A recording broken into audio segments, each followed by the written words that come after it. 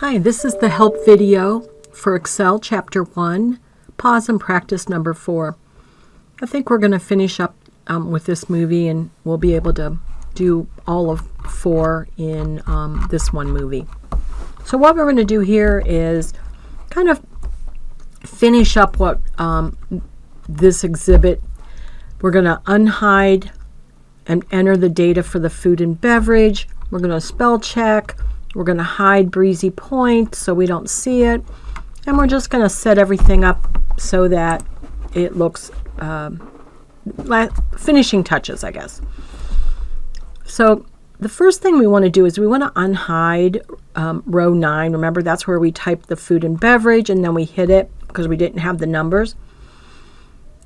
So when you want to unhide, one of the simplest ways is, do you see here's where it's hidden between 8 and 10. So I'm going to select 8 and go to 10, encompassing the hidden row. Right click, unhide. It brings it up.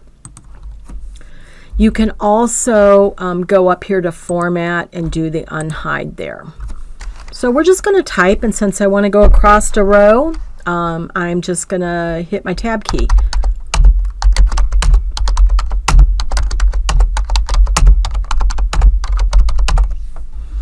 Notice the total came up, it adjusted everything, looks good. So now we have Cass Lake and Breezy Point, right? You always want to pay attention to which one you're on, but it can still get confusing. So right now I'm not going to work on Breezy Point, so I'm just going to go ahead and hide it so I don't end up on the wrong sheet. So I'm on Breezy Point and I want to right click while I'm pointing to the Breezy Point tab, and then I'm just going to say hide. It's going to hide that sheet. Now I do want to show you how to unhide it because there's not any indicator here like there is when you have a hidden row. If I right click and unhide, it'll bring up any hidden sheets. So you can always just check, like if you inherit a spreadsheet from someone, you could always come down here, right click and unhide and see if there's anything underneath that you can't see. All right, so we're going to check the spelling. So that I want to go up to the home position because I want to check from where I'm at all the way down. We're going to go to the review tab up here and find spelling. The first thing it finds for me is categories. The word categories is what I want with the I. I'm going to select it and say change. It found apparel. I'm going to select apparel, change. I don't have any more mistakes. You may have something else. Fix them as you go. Okay, so that's pretty simple. It's under review, spelling. Okay, so now what we want to do is we just want to size these columns. So I want to select B, let's see, no, between A and B here. So you want to go where the mouse turns to the vertical line with the arrow going left and right, and we're just going to drag it to where it says 25.63 and let go. Now, if you struggle with that, you can always select A and come up here to format column width and type it in. Okay, like if you're struggling with the mouse, you can do that. All right, let's go home, control home, and we want to do some document properties. And so we're going to put those in so we can use them at later in later steps. So we want to go to Backstage View, which is File, and then we want to make sure we're on Info, and over here on the right is our properties. We want to go ahead and show all properties so we can see it. In our title property, we're going to do PP space Excel 1-4.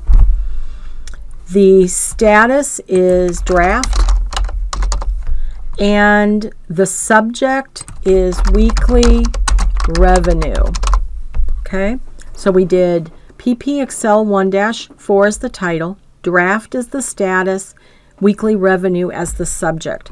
We're going to go ahead and say show fewer properties and return to the worksheet. So now what we're going to do is set up our document. So if I do a file print to do a preview, look, it's cut off. So I know at least I'm going to have to make it landscape, and I might have to do some other things. Notice once you print preview, you get this dashed line that tells you where the page break is. That's helpful. So we're going to do the page layout tab and change our orientation to landscape. So here's my dashed line now. I still have more that isn't showing.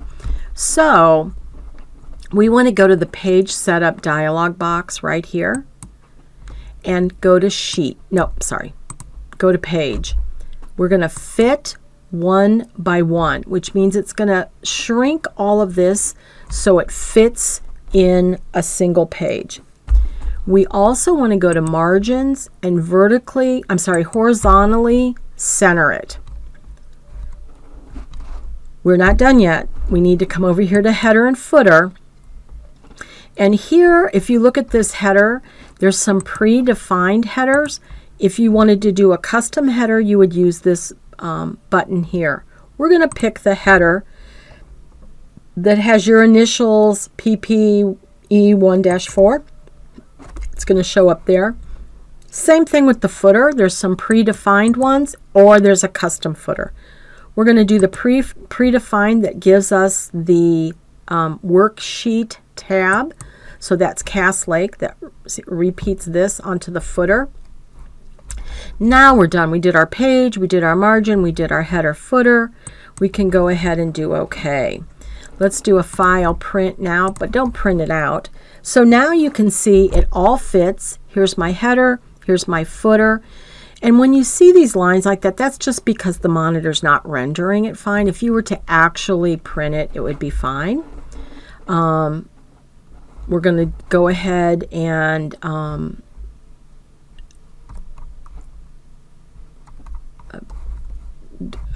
we don't want to print it, so we're going to go back. We're going to save this, and you are done with your pause and practice for chapter 1. So go ahead and submit that in your references or resources. Sorry, let me go back here.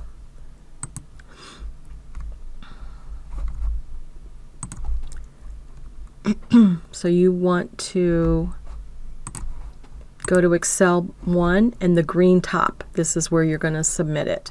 All right, thank you.